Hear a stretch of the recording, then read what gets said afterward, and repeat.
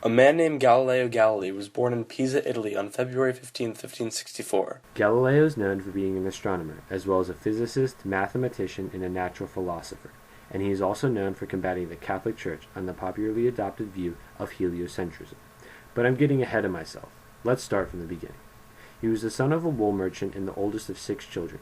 His father wanted him to go off to school and study medicine. Being the obedient son that Galileo was, he enrolled at the University of Pisa in 1581. He originally enrolled there to study medicine, but when he was there, he saw a lamp in the cathedral swinging back and forth and back and forth, and this led to the creation of what is known as the law of the pendulum. After seeing the pendulum swing back and forth, Galileo switched his major from medicine to natural philosophy and mathematics.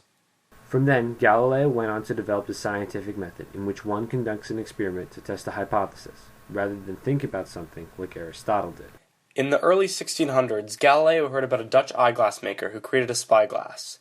He visited the Netherlands and observed what the eyeglass maker had created.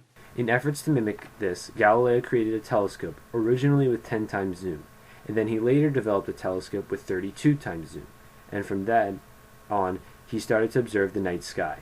Galileo is credited with observing the 4 moons of Jupiter, which happened to be named after the Medici family who sponsored him, as well as noting that Venus had multiple phases. This helped to confirm Copernicus' theory of heliocentrism. Galileo also not only made Copernicus' theory of heliocentrism popular, but he used math to back it up. Galileo stands out also because he argued that the universe displays mathematical regularity. This eventually leads to some of his debates with the Catholic Church. By this observation, Galileo was able to prove Copernicus' theory of heliocentrism was in fact correct, because he noticed that the moons of Jupiter rotated around Jupiter. However, he wasn't able to say why the moons of Jupiter kept in orbit and the planets kept in orbit around the Sun, because Newton hadn't discovered gravity yet. When it came to planets, the Church believed in Aristotle's theory that all planets were spherical and smooth. However, Galileo took a look through his telescope and he noticed that there were craters and mountains covering the surface of the moon. Then, Galileo went to Rome to argue with the Catholic Church in 1616, in efforts to prevent the Church from banning Copernicus' ideas. Galileo got in a heated debate with the Church.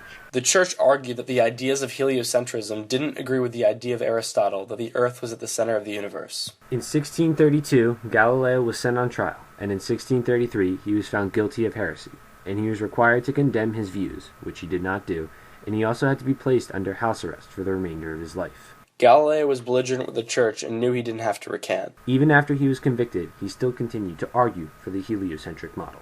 Galileo was sentenced to house arrest for the rest of his life. He served 9 years of house arrest before his death in 1642 at the age of 77.